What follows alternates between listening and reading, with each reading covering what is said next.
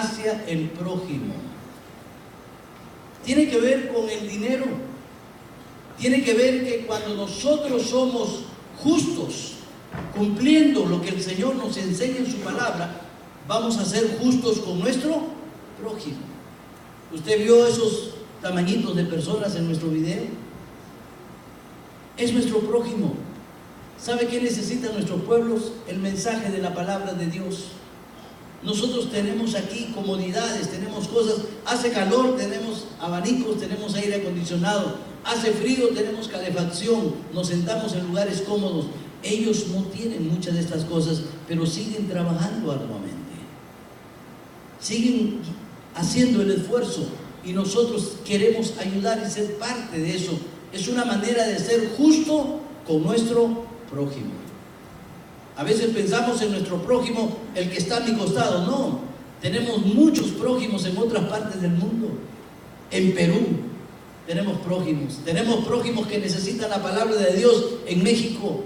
Tenemos prójimos que necesitan la palabra del Señor en Guatemala, en Panamá. ¿Y por qué no ir a toda Latinoamérica? ¿Qué nos impide si el mismo Dios que otras iglesias adoran es el mismo Dios que nosotros adoramos? Fuerte, misericordioso, poderoso. Él puede hacerlo si nosotros ponemos atención a esa visión que Él nos está dando. Y entonces ese es el tema que vamos a tratar en este momento, acerca de ser justo con nuestro prójimo. Si usted nota la enseñanza del libro de Santiago, las semanas pasadas estábamos hablando acerca de esa actitud que muchas veces tenemos nosotros los hombres cuando no consideramos la voluntad de Dios. Y si usted nota en el pasaje anterior que estuvimos estudiando, en el capítulo 4, versículo 13, el Señor hace una advertencia, el Señor hace una llamada y les dice: vamos ahora.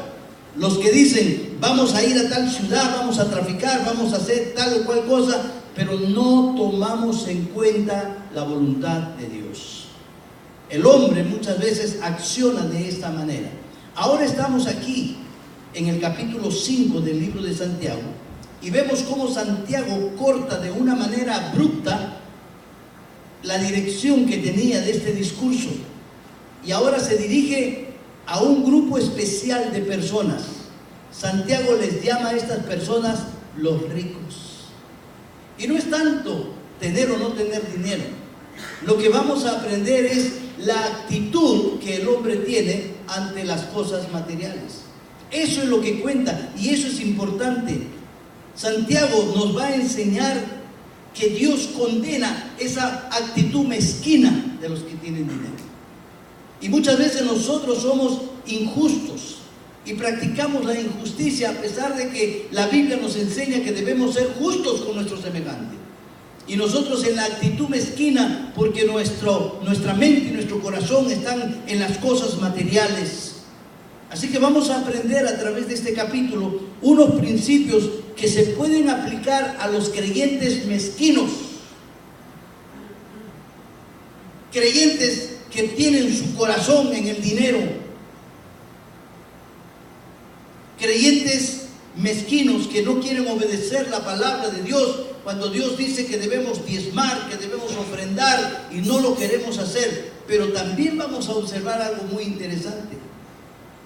Saber que Dios va a juzgar a esas personas mezquinas que no aman a su prójimo, que hay tanta necesidad en otras partes del mundo que podríamos nosotros ayudar a otras partes del mundo para predicar el evangelio y ganar almas para el Cristo, pero por nuestra mezquindad no se puede. Y estos principios también son aplicables a aquellos creyentes mezquinos y sabe, Dios va a juzgar a estas personas. Y es muy triste porque muchas veces hablamos de esto y hay creyentes, entre comillas, que saben la verdad de Dios, pero no les importa ni les interesa decirles que Dios va a juzgarles, les resbala, como así decimos. Pero tenemos que prestar atención. Mire Santiago capítulo 5, versículo 1 al 6, dice: vamos ahora, oh ricos, llorad y aullad por las miserias que os vendrán. ¿Qué dice el apóstol Santiago? Vamos ahora, oh ricos. La misma expresión que encontramos en el capítulo 4, versículo 13, esa misma expresión el apóstol Santiago la usa para llamar la atención de sus oyentes. Y en este caso, los ricos, pero ricos mezquinos. Llamarles la atención es el propósito de esta mañana. Y Santiago se refiere a los ricos en general, particularmente a los ricos mezquinos. Yo me imagino que ese tipo de personas formaban parte de la sociedad donde estaba Santiago. Pero como repito, los principios bíblicos los podemos aplicar a la sociedad en la cual vivimos nosotros. Es el propósito, es hacer ver al creyente lo absurdo de admirar y afanarse por las cosas materiales, por las riquezas de este mundo. Cristo dijo en Mateo capítulo 6, busque conmigo por favor, en el versículo 19, Cristo nos hizo y nos dio un mandamiento que empieza con una negación, una orden. El Señor Jesucristo dijo: no os hagáis tesoros en la tierra. De eso está hablando Santiago, de aquellas personas cuyo fin son las riquezas de este mundo, que no tienen otro estilo de vida que afanarse de las riquezas de este mundo. Habiendo tanta necesidad de nuestros prójimos en todo el mundo de oír el mensaje de salvación, muchos creyentes son mezquinos y el Señor dice: no te hagas tesoros en la tierra, donde la polía y el orín corrompen, y donde ladrones minan y hurtan, sino haceos tesoros en el cielo, donde ni la polía ni el orín corrompen, y donde ladrones no minan ni hurtan, porque donde esté vuestro tesoro, ahí estará también vuestro corazón. ¿Sabe dónde está mi mayor tesoro? En las misiones. Ahí está mi corazón. Ese es mi tesoro.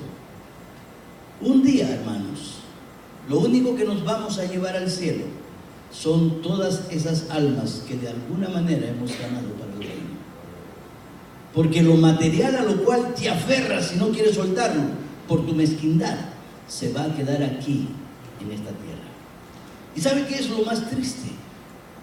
Algo que el creyente no quiere pensar: que el día que tú te mueras y todo lo que nosotros no hemos gastado en misiones se va a quedar en este mundo. ¿Y sabe quién lo va a usar, Ricardo? ¿Sabe quién lo va a usar? El diablo, el anticristo.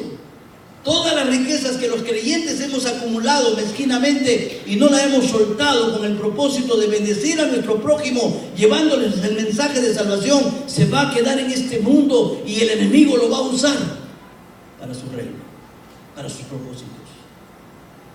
A veces no pensamos en estas cosas. Qué triste que miramos que los que poseen riquezas no están mirando, creyendo que la felicidad está en acumular riquezas, y no han entendido hasta el día de hoy que la felicidad no depende de las riquezas que se posee. La felicidad no está en tener una casa más hermosa, más grande, más lujosa. La felicidad no está en comprarse un coche más lujoso del año. La felicidad no está en tener una cuenta corriente abultada. No, la felicidad no está en las riquezas. Mire lo que dice Proverbios capítulo 11. ¿Dónde está la felicidad del hombre? Proverbios capítulo 11, versículo 28. Mire lo que dice la palabra de Dios. Dice: el que confía en sus riquezas caerá.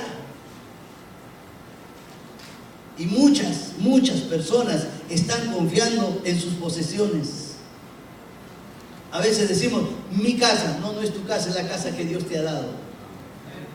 Mi carro. No, no es tu carro, es el carro que Dios te ha dado. Y tienes que saberlo usar para su honra y su gloria. Decimos: mi dinero. No, no es tu dinero, es el dinero que Dios te ha dado. El hermano Príncipe la semana anterior nos estaba hablando acerca de que todo lo que hagamos tiene que honrar y glorificar el nombre del Señor. Y cuando Dios me da un carro, es para administrarlo correctamente para su honra y su gloria. Si el Señor me da una casa, es para administrarla para su honra y su gloria. Si el Señor me da dinero y gano bien el dinero, es para glorificar el nombre del Señor, es para usarlo para su honra y para su gloria. La Biblia dice en Proverbios: el que confía en sus riquezas caerá, mas los justos reverdecerán como ramas. Si estás confiando en tus riquezas, vas a caer. Recuerda, es necesario recordar que la Biblia no condena las riquezas. La Biblia no condena el hecho de que tú tengas dinero. Lo que la Biblia condena es la actitud. Es lo que condena la palabra del Señor. La actitud que tenemos en cuanto al dinero. Porque muchas veces colocamos nuestra fe, colocamos nuestra confianza, colocamos nuestra esperanza en las posesiones por encima de Dios. Es que yo no puedo gastar, yo no puedo mandar para misiones porque y de repente Dios no provee. A veces pensamos así, ¿verdad? Yo creo que aquí en la iglesia el más viejo soy yo. Yo acepté a Cristo a los 15 años de edad. Tengo más de 50 años sirviéndole al Señor. Y ¿sabe? Le voy a dar un secreto. Y lo he experimentado. Yo nunca, como dicen las Escrituras, he visto justo desamparado, ni que su descendencia mendigue pan. Nunca nos ha faltado. Nunca ni ropa, ni techo, ni alimento. Siempre Dios ha estado ahí. Yo he visto a mis padres crecer en el Evangelio pobres y darnos educación hasta la universidad a todos nuestros hermanos. ¿Cómo lo hicieron? Ni tengo la menor idea. Lo único que yo sé es que Dios lo hizo por su fidelidad. Y a través de los años yo he visto el trabajo que Dios ha hecho en personas. El problema con nosotros es que no estamos confiando en Dios, estamos confiando en nuestras riquezas. Muchos no venimos a la iglesia los domingos, porque estamos trabajando el domingo. Pastor, es que necesito pagar el coche, necesito esto. Nuestra esperanza está en los bienes materiales, pero cuando hablamos de misión, no voy a gastar mi dinero en esas cosas. Porque no ve que no me produce una ganancia material para este mundo, sí, pero le produce una ganancia celestial allá en el cielo. Y esa ganancia nunca se va a desperdiciar. Mire Primera de Timoteo, capítulo 6. Primera de Timoteo, capítulo 6. La advertencia que el Señor le da a los mezquinos, a los altivos, porque eso es orgullo. Primera de Timoteo, capítulo 6. ¿Cuántas veces le decimos: hermano, colabore con su iglesia? Los domingos a veces hacemos comidita allá. ¿Cuál cree que es el propósito? El propósito salta a la vista. ¿Usted se ha percatado que hoy ya estamos en el YouTube? ¿Usted se ha percatado que ya tenemos nuevas bocinas y que el sonido ha mejorado? ¿Usted se ha percatado que hemos invertido en nuevos sonidos para los controles allá? No. ¿De dónde cree que ha salido todo eso? ¿De dónde cree que sale todo ese dinero? Gracias le tengo que dar a Dios. Gracias le tengo que dar a mi esposa, que sigue organizando a pesar de las críticas a través de los años. Y gracias le tengo que dar a los hermanos que voluntariamente cada domingo que hacemos comida van al gimnasio. Algunos no quieren. Hermano, colabore, no les importa. Pero todo ese dinero que se va juntando cada domingo se invierte en cada una de estas cosas que estamos gastando. Gracias a Dios. Gracias a Dios. Acabamos de mandar dinero al hermano Alatrista porque él, para poder gritar en las calles, nosotros tenemos micrófonos. Miren qué interesante. Él no tenía. Ese megáfono se llama, así se dice, lo tiene que rentar. Y a veces se lo rentan, a veces no. Porque a veces el hermano de otra congregación que lo usa, lo tiene en servicio, así que no lo puede ser rentado. Y entonces Gustavo tiene que salir por la calle a gritar a voz en cuello y avisar a la comunidad que vaya al estudio bíblico. La semana pasada le acabo de mandar dinero de misiones para compre el megáfono. Así que la próxima vez que lo miremos en un video, ese va a ser el megáfono de nosotros, la Iglesia Manantial.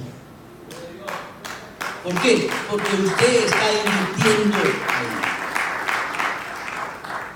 Miren lo que dice 1 de Timoteo, capítulo 6, verso 17. A los ricos de este siglo, nota la palabra siglo. En la primera carta a los Corintios, capítulo 4, versículo 4, el apóstol Pablo dice: mas el Dios de este siglo. Y cada vez que la Biblia habla de esa frase, el siglo, está hablando del sistema mundial. Y en 1 de Corintios 4:4 dice: el Dios de este siglo. ¿Quién es el Dios de este siglo? ¿Quién es el Dios de este sistema mundial? Es el diablo. Y Pablo a Timoteo, su hijo en la fe, le dice: a los ricos de este siglo, a los mezquinos de este siglo, aquellos que han caído en el sistema mundial gobernado por el diablo, mezquinos, a los ricos de este siglo mandan que no sean altivos, porque a veces hasta sacamos el pecho: no, yo no doy nada a la iglesia, no, yo no diezmo, y nos sentimos orgullosos cuando lo decimos. Y Pablo dice: a los ricos de este siglo manda que no sean altivos. Han caído en el sistema del diablo y el Señor les advierte: no seas altivo. Es decir, la palabra altivez, ¿qué significa? Alto. Es una figura de ¿qué? Del orgullo, la pedantería, la orgullez, la altivez. El Señor dice: hey, no seas altivo. Mira la advertencia: ni pongan la esperanza en las riquezas. Nuestra esperanza: no, es que yo no puedo gastar este dinero. No pongan la esperanza en las riquezas, las cuales son inciertas, sino en el Dios vivo. ¿Quién puede más, Dios o tu dinero?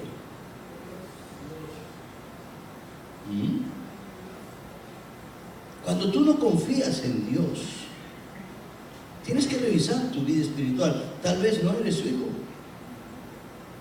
¿Usted ha visto cómo los hijos confiamos en los papás? ¿Por qué confiamos? Cuando yo era un niño, yo no pensaba que mis padres eran pobres. Ahora que soy adulto y miro nuestra vida, mis padres eran pobres. Pero cuando yo era niño ni pensaba en eso. Sencillamente me acostaba a dormir a pierna suelta, sin ningún tipo de preocupación. Yo sabía que de alguna manera al día siguiente iba a tener un desayuno, un almuerzo, una cena. ¿Cómo? Ni tengo la menor idea. Así es el Hijo de Dios. Confía plenamente en el Señor. ¿Y el Señor nos va a desamparar? Claro que existen padres que desamparan a sus hijos, pero esa es la excepción. Pero realmente un verdadero padre cuida, protege, guía, provee por su hijo. Así es Dios con nosotros. ¿Qué padre es aquel, dijo el Señor en su palabra, que si su hijo le pide pan, le da una piedra? ¿Qué padre es aquel que si su hijo le pide un pez, le da una serpiente? Si ustedes, padres malos, mundanos, saben hacer buenas cosas, el Señor dijo en su palabra, ¿cuánto más vuestro Padre Celestial sabrá hacer por ustedes?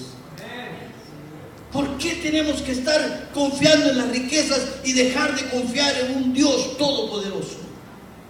Dios es poderoso. Miren nuevamente: ni pongan la esperanza en las riquezas, las cuales son inciertas. ¿Sabes por qué? Porque hoy las tienes, mañana tal vez no las tengas. En cambio a Dios lo vas a tener siempre.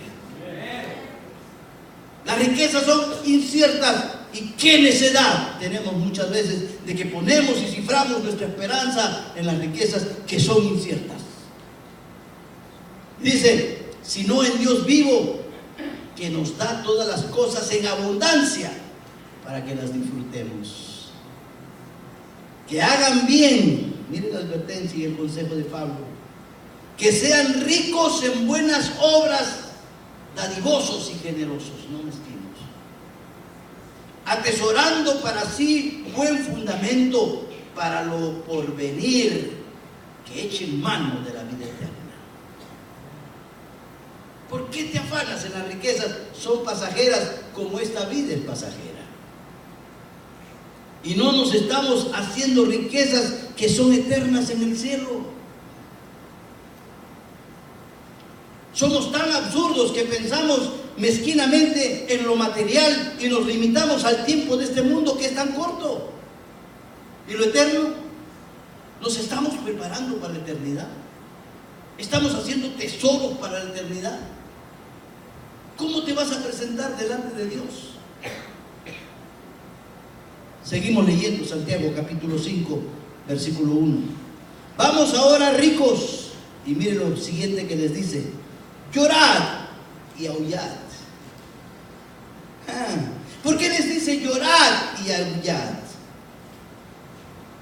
Porque lo siguiente que vamos a ver es que estas personas mezquinas que confían en su dinero, han puesto toda su fe y su confianza en su poder adquisitivo, un día van a llorar y van a aullar porque van a enfrentar el juicio de Dios.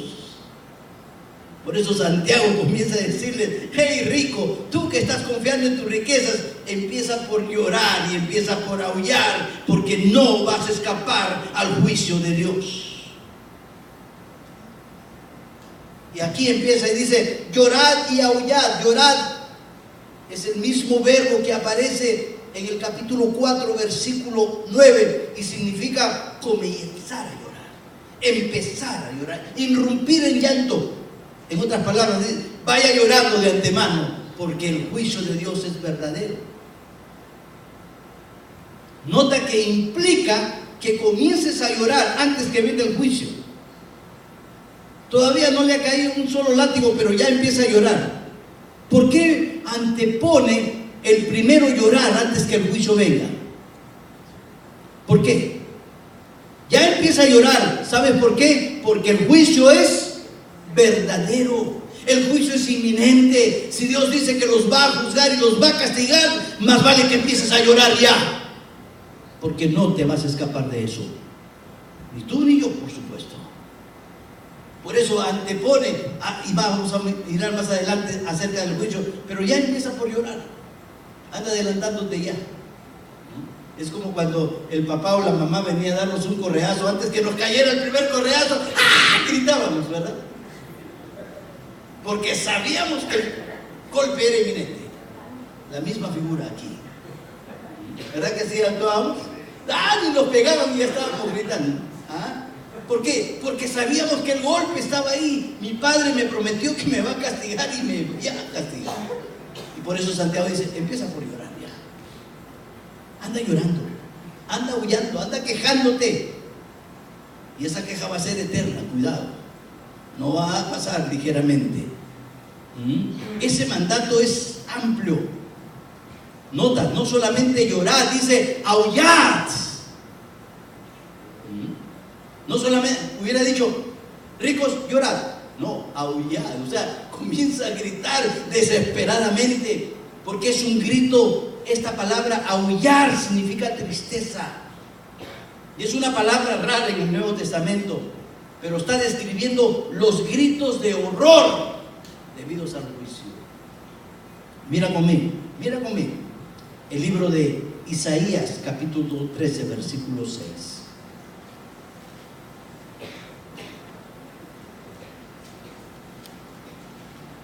¿Qué le dice Isaías a la nación de Israel? Aullad. O sea, empieza a quejarte, a gritar de horror, de desesperación. Esta palabra no solamente llanto, llorar, sino aullar significa gritos desgarradores de horror por el juicio de Dios. Y aquí en Isaías, capítulo 13, versículo 6, el profeta dice: aullad.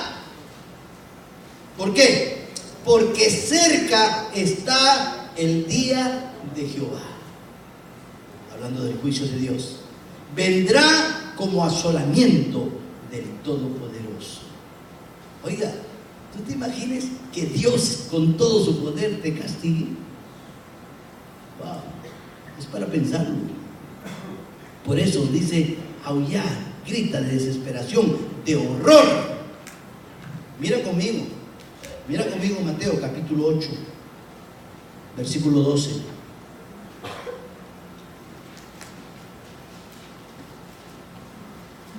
Mateo 8, 12. Pero los hijos del reino serán echados a las tinieblas de afuera. ¿Qué va a pasar ahí? Ahí habrá llanto. ¿Y qué dice? Y crujir de dientes, horror, aullar. Te va a temblar la quijadita así, de puro terror. Terrible.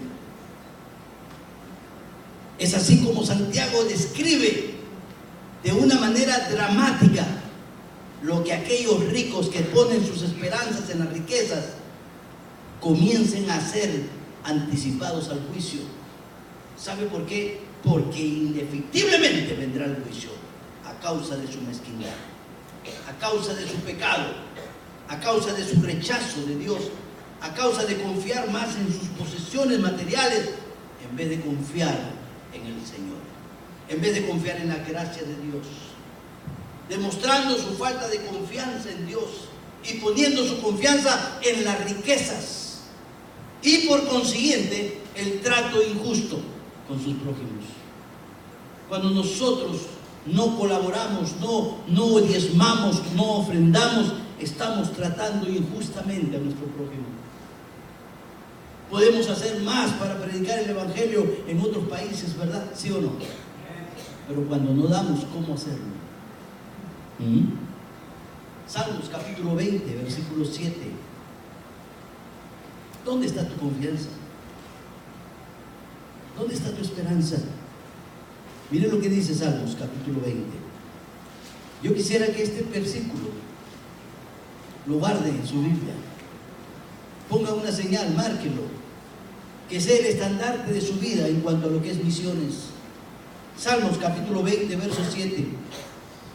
Estos, los que son parte de este siglo, de este sistema mundial, estos confían en carros, aquellos confían en caballos, mas nosotros, del nombre de Jehová nuestro Dios, tendremos memoria. Yo quiero confiar más en Dios que en las riquezas. Estos confían en carros, estos confían en caballos, nosotros confiamos en Dios. ¿Cuántos dicen amén? Vamos a poner nuestra confianza no en las riquezas. Seguimos leyendo Santiago 5:1. Vamos ahora, ricos, llorad y aullad. ¿Por qué? Por las miserias que se vendrán. ¿Tú crees que toda la vida vas a tener dinero? Eres un pobre, triste, miserable. La iglesia de la Odisea, en el libro de Apocalipsis capítulo 3, yo tengo riqueza, yo soy rico, yo no necesito de Dios. Y el Señor le dice, eres un miserable. Eres un miserable, pobre, triste, arrastrado. Estás confiando en el dinero. No es tener o no tener dinero, es la actitud que nosotros tenemos ante el dinero. Cuando ponemos nuestra confianza en nuestro dinero antes que en nuestra obediencia a Dios. Llorad, aullad por las miserias que os vendrán. Nota algo interesante, las miserias. Miren Romanos capítulo 3, verso 16. Romanos capítulo 3, verso 16. Esta palabra que vemos aquí en Romanos se traduce miseria, quebranto y, ¿qué dice? Desventura. ¿Usted ha escuchado cuando dicen este desventurado? ¿Qué significa la palabra desventurado? Es lo contrario a la palabra bienaventurado. ¿Y quién es una persona bienaventurada? Es una persona bendecida, es una persona feliz. Pero aquel que no es bendecido por el Señor es un miserable, es un desventurado. Y el Señor usa esta palabra, llora, aulla, por la desventura que se te acerca, por la miseria que vas a tener, por el castigo que Dios te va a dar. No vas a ser bienaventurado, vas a ser desventurado, que significa miseria. La misma palabra que nosotros encontramos en Santiago capítulo 4, versículo 9, cuando hablamos de afligidos, desventurados, miserables, una vida de miseria. De eso estamos hablando.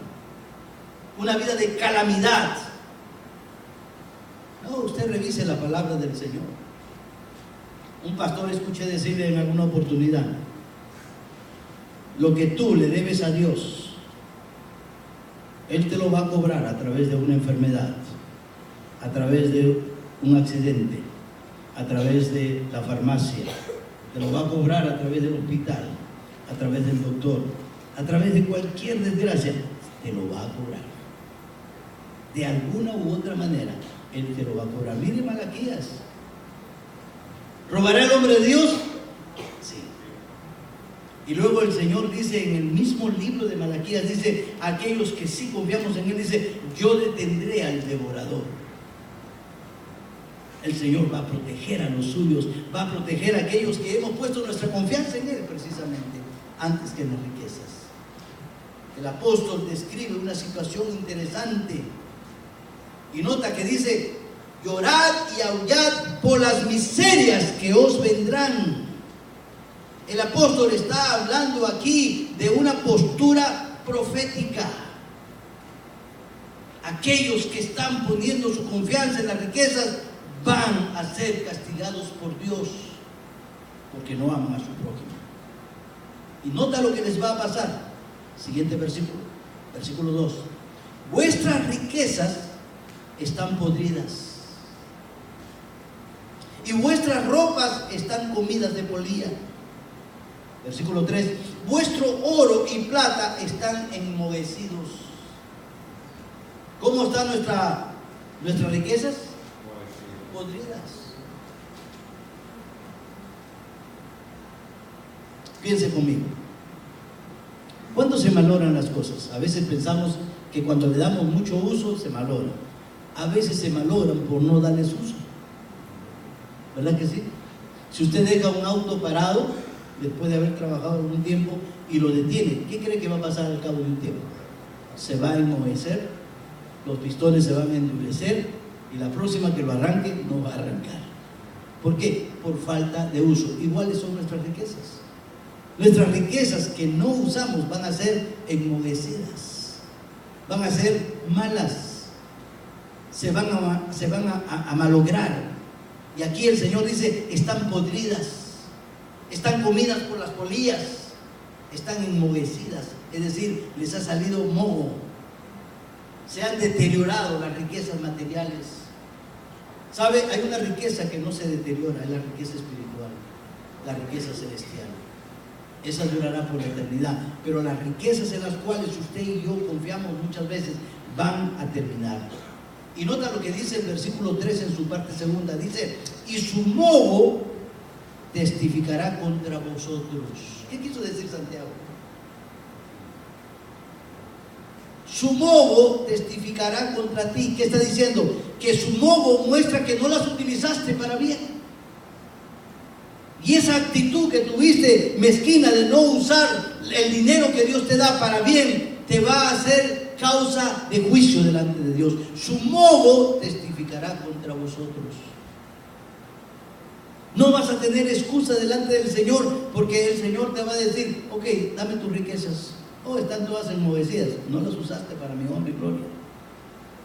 Ese moho, figura del pecado, va a dar testimonio contra ti. No vas a tener excusa. Versículo 3. Vuestro oro y plata están enmohecidos y su moho testifica contra vosotros y devorará del todo vuestras carnes como fuego. Habéis acumulado tesoros para los días postreros. He aquí, clama el jornal. Vamos a quedarnos en el versículo 3. Y devorará del todo vuestras carnes como fuego. Está hablando del tiempo futuro del verbo devorar. Señala el juicio que viene debido a la mala actitud que tuviste con tus riquezas. Y nota algo, es algo profético, es certero el juicio del Señor. Hablando de todo lo que tenemos, el Señor lo va a ajustar. Habéis acumulado tesoros para los días postreros. ¿Qué estamos acumulando? Almacenando, reservando para los días postreros en una forma tonta. Porque todo lo que acumulemos se va a perder. Gracias al Señor que podemos tener cosas que van a ser eternas. El Señor dijo: no te hagas tesoros aquí en la tierra, hazte tesoros en el cielo. Allá el orín y la polilla no los va a afectar. Los bienes que nosotros adquirimos aquí en esta tierra se van a enmohecer, pero eso es un cuadro de que no los usamos para bien. Pero la Biblia nos dice que un día el Señor ha establecido para juzgar al mundo con justicia a través de Jesucristo. Mire Hechos capítulo 17. Hechos capítulo 17.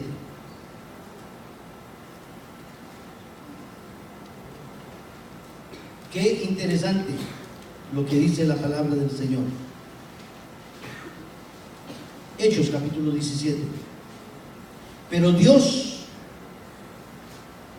habiendo pasado por alto los tiempos de esta ignorancia, ahora manda a todos los hombres en todo lugar que se arrepientan. ¿Qué es lo que el Señor manda? Que te arrepientas. Que reconozcas: oh pastor, Señor, esta ha sido mi actitud durante años. ¿Qué tengo que hacer? Que te arrepientas por cuanto ha establecido. Es decir, mira, ¿qué le dice a Santiago? Llorad y aullad. ¿Por qué llorad y aullad? Porque va a venir miseria contra ustedes, va a venir juicio. Aquí en el libro de Hechos 17:30 dice: pero Dios, habiendo pasado por alto los tiempos de esta ignorancia, ahora manda a todos los hombres en todo lugar que se arrepientan. ¿Por qué? Arrepiéntete.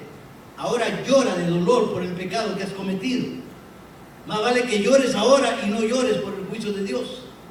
¿Por qué? Por cuanto ha establecido, versículo 31, un día en el cual juzgará al mundo con justicia por aquel varón a quien designó, Cristo Jesús, por supuesto, dando fe a todos por haberle levantado de los muertos. ¿Qué tenemos que hacer? Arrepentirnos. Llorar, sí, pero dolidos por el pecado que hemos cometido. Miren lo que dice Romanos capítulo 2, verso 5. Romanos capítulo 2, verso 5. Dice: pero por la dureza y por tu corazón no arrepentido. ¿Qué va a pasar si no te arrepientes? Atesoras para ti mismo ira, para el día de la ira y de la revelación del justo juicio de Dios. ¿Qué dice la Biblia? Tú puedes tomar la decisión de arrepentirte y de pedir perdón. También puedes tomar la actitud de no arrepentirte y no pedir perdón. Si te arrepientes, Dios te perdonará y tendrá misericordia de ti. Si no te arrepientes, ¿qué dice Romanos? Pero por tu dureza y por tu corazón no arrepentido, atesoras para ti mismo ira, para el día de la ira y de la revelación del justo juicio de Dios. En Timoteo el Señor dice: arrepiéntete. En Romanos dice: si no te arrepientes, acumulas la ira de Dios el día de su juicio. ¿Qué quieres hacer? Vamos a inclinar nuestros rostros. ¿Qué es la decisión que tú quieres tomar esta mañana? Tal vez tú dices: no, si me pongo de pie voy a dar evidencia de que no estoy siendo fiel con el Señor. ¿Qué importa? Pero si te pones de pie, estás dando testimonio que estás arrepentido. Yo quiero invitarte aquí al altar del Señor. Que seas honesto. Que seas honesto. Y que le digas: Señor, yo no he estado cumpliendo realmente contigo. Prefiero llorar de dolor ahora y arrepentirme, que algún día llorar y aullar de terror por el juicio de Dios. Gracias al Señor. ¿Quién más quiere venir? Sea honesto delante de Dios. Sea honesto. Señor, pero yo de repente no soy mucho, porque le doy de vez en cuando al Señor. Hay pautas establecidas en la palabra de Dios. No es como tú quieres o pretendes, es como Dios quiere. Venga, arrepiéntese. Llore ahora de dolor. Arrepentido. Padre, perdóname. Padre, perdóname. Prefiero llorar ahora, avergonzarme ahora, y no llorar y aullar el día del juicio, porque será inminente. Será inminente. Es algo que va a ocurrir, aún así no lo creas. El Señor pone una figura que vamos a ver más adelante, y habla de engordar al cerdo o engordar al ganado para el día de la matanza. Muchas veces nosotros nos estamos engordando en riquezas, en orgullo, para el día de la ira de Dios, para la matanza. Porque nadie, escuche con atención, nadie que tiene en su corral un ganado, sea porcino, sea vacuno o sea ovejuno, no lo engorda más que para un solo propósito: matarlo y comerlo. Esa es la figura aquí. El Señor dice en su palabra que estás engordando tu ganado para el día de la matanza, engordándote de orgullo para el día del juicio, engordándote. Sigue engordándote, sigue acumulando tu dinero, sigue siendo mezquino, pero un día estarás en las manos de Dios el día de la matanza. Sigue leyendo Santiago, vamos a seguirlo estudiando, pero hoy día estamos pensando en mi actitud en cuanto a las riquezas. ¿En quién estás confiando? ¿Estás confiando en Dios? ¿Estás confiando en lo que posees y lo guardas mezquinamente, que está adquiriendo moho porque no lo usas debidamente? Síguelo acumulando, pero empieza por llorar, empieza por aullar, empieza por gritar, porque eres un desventurado, miserable, que recibirás el juicio de Dios. Padre Celestial, en esta mañana te quiero dar gracias. En alguna oportunidad tus discípulos dijeron: dura es tu palabra, Señor, ¿quién la podrá escuchar? Y concluyeron diciéndole al Señor: solo tú tienes palabra de vida, ¿a dónde iremos? Es preferible que sea dura ahora, es preferible que sea directa ahora, pero que tengamos la oportunidad, Señor, de pedirte perdón. ¿Cuántas veces te hemos fallado? ¿Cuántas veces, pudiendo servirte, pudiendo ser realmente dadivosos para ser justos con nuestros prójimos, que no solamente carecen de bienes materiales, sino que muchas veces carecen de que se les predique el Evangelio del Señor? Podemos mirar, Padre Celestial, en una manera para tener, Señor, un conocimiento de las misiones en otros países, donde carecen de tantas comodidades que hoy nosotros gozamos, pero que pudieran mejorar, Padre, no tanto en lo material, sino en recursos para poder predicar tu palabra. Vemos a nuestra hermana, amada hermana, la esposa del pastor, recreando a los niños con ayudas visuales que ellos mismos tienen que preparar, porque no hay dinero para comprarlos. Caminando bajo el sol, bajo la lluvia, bajo cualquier inclemencia, Señor, por amor a ti. Y nosotros tenemos tantas comodidades, Padre, que tal vez hasta nos avergüenza tenerlas. Pero, Padre, queremos pedirte perdón y queremos suplicarte, Padre, que nos ayudes a ser generosos, pensando en nuestro prójimo, pensando en todo lo que puede hacer nuestro hermano príncipe allá en Trujillo, en todo lo que pueden hacer los estudiantes del seminario una vez graduados, en todo lo que puede hacer nuestro hermano Gustavo Latrista, allá en los cerros de la comunidad de Lima, en todo lo que pueden alcanzar a esas personas y familias pobres. Señor, ayudarles, siquiera con 1 litro de leche, 1 kilo de arroz, una porción de comida, Padre. Señor, hay tanta, pero tanta necesidad. Abre las puertas en México, abre las puertas, Señor, en Guatemala, abre las puertas en Panamá, en Ecuador, en donde tú quieras, Padre, pero coloca en nuestros corazones el deseo de participar, Padre, de no estar dentro del sistema del Dios de este siglo, sino escapar de este sistema, Señor amado, porque tu palabra dice que nosotros ya somos ciudadanos del reino de los cielos, Padre. Gracias, bendito Dios, ayúdanos a actuar como ciudadanos del reino de los cielos, no como ciudadanos del reino de este siglo gobernado por el diablo, Padre. Queremos accionar como ciudadanos de tu reino. Señor, bendice a los que están aquí postrados delante de ti, Señor amado. Bendícelos, escucha sus oraciones, Padre, y ofréceles tu misericordia y tu perdón, bendito Dios. Y cambia la actitud que tenemos a veces en favor de las riquezas, confiando más en lo que podemos nosotros adquirir que en tus promesas, bendito Dios. Gracias por ser tan bueno, tan grande, tan misericordioso. Bendice tu iglesia, Señor amado, te lo suplicamos. Y te damos las gracias en el nombre y los méritos de Jesús, nuestro amado Salvador. Amén, Señor. Amén. Hermanos, Dios los bendiga.